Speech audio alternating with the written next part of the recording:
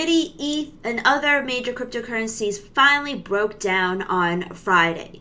They had been consolidating in relatively tight ranges for a couple of weeks now, but on Friday, we had a broad-based sell-off led not necessarily by Bitcoin, even though direction of Biddy kind of determines where everyone else goes. But Biddy definitely had a sharp decline on Friday, and we're recording this. It's down over 6%, and could possibly trend lower. What's interesting is that we've had equity market sell-off for quite a few days now, and on Friday, the way the futures are pointing, it doesn't look like it's going to be a horrendous day. Now, of course, when the markets open as the day progresses, it could be very different, but crypto seems to finally be catching up after having waited and consolidated for so long.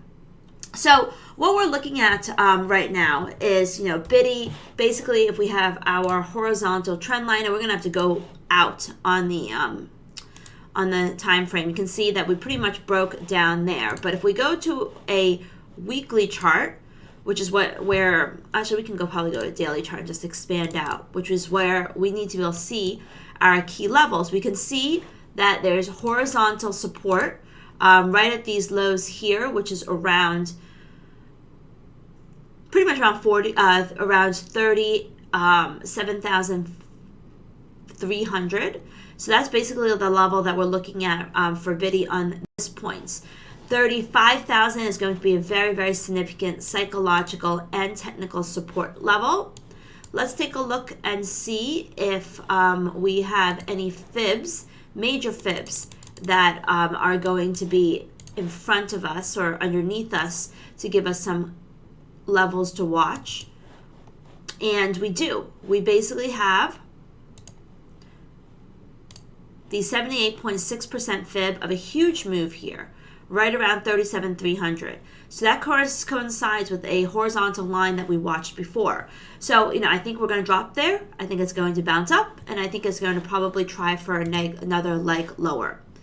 ETH also broke down on Friday. We had some, this was one level of support, and then, these are all very short-term supports. And then the spike low from January 10th was also a level. Now we have a congestion zone pretty much around today's low that can date back to mid-September, around 27.30. It was tested, it bounced off of it, but I think it's just a matter of time before it actually gives. The more significant support level will be down here at 126.50, September 27th low. And then below that, it looks like this former resistance turns support over here. Around 2,400 is going to be the next gravitational area for ETH.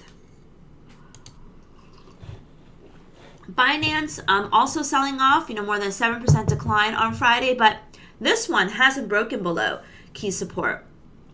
We have key support here on January 10th, or at least year-to-date support at 406. Of course, 400 is really an important level to watch. But in general, Binance is definitely on a chart pattern basis holding up better than the other coins. But 400, more specifically 39.450, which is the 61.8% fib of this move, and it also coincides with this low here from October 12th. So that's going to be where we think Binance is going to find support. It really needs to go back above the 50% fib to open up the room to the upside. Solana also breaking down and coming to support here at 116. Downtrend very much intact. I do think that at some point these are starting to attract buyers. But if we look at that fib level here, we have 111.80, which was these highs here, kind of breakout zone. We do have a little support at 116, but I think 111, below 116, the next level to watch is going to be 111.80. So downtrend, very much intact for Solana. Litecoin, let's also go out to a longer time frame. On a weekly chart, we know that obviously 100 is support, but that's pretty far away from here. Let's take a look at the daily chart. We have more with closer support at 104, but really, there's not much support below current levels for Litecoin. And so I think that, it's probably going to continue to move lower. Polkadot, with Polkadot, let's get rid of these moving averages because we're so far away for most of them.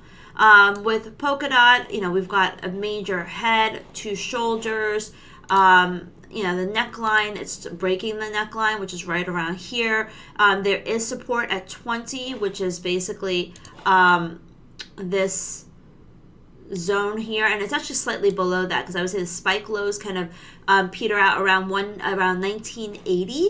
So below here, I think we can go to 1980. It might bounce off of that, at which point, it may invite more sellers. It really needs to clear back above, I would say, 25 in order to have any upside potential. Cardano, with Cardano, it's not as bearish as some of the other coins. Let's bring back in some of our indicators. We had just broken down. Resistance is pretty clear at 130. Support is going to be at the January lows of 110.68. So I think, it's going to test it, but it seems like on a kind of comparative basis, it's holding up better than some of the other coins. Luna also holding up better, still in a downtrend below the 2050 SMAs, and I think that it wants to drip lower, probably down to around, I would say, the 65, 66 region. XRP, Ripple, we basically have 6 straight days of losses in Ripple, and we've got support at 65 cents, which is looking pretty good for Ripple. And Doge, we've got support at 14 cents, also 6 straight days worth of declines. But, there's closer support for Doge and Ripple than some of the other tokens. And I think that'd be more of a slower drip for these two than the other ones. And then last but certainly not least, Shiba Inu. We're actually at support for Shiba Inu, which is right at these lows here of spot 0.00023332, which is not too far from here. I think it's obviously going to take direction from BIDI and ETH, but it looks like it might want to bounce a bit. So, when we have such a big move when the U.S. market's open, it's not surprising to see a little bit of a bounce, but I think that for the most part, even if we do see a bounce, it's going to attract sellers, and the downtrend very much remains intact for the crypto market in the week ahead. We've got the Fed meeting in the week ahead, so the prospect of the Fed setting the stage for tightening could also be bearish for some of these tokens. If you have any questions, feel free to contact me at Kathy at bkcryptocrusher.com.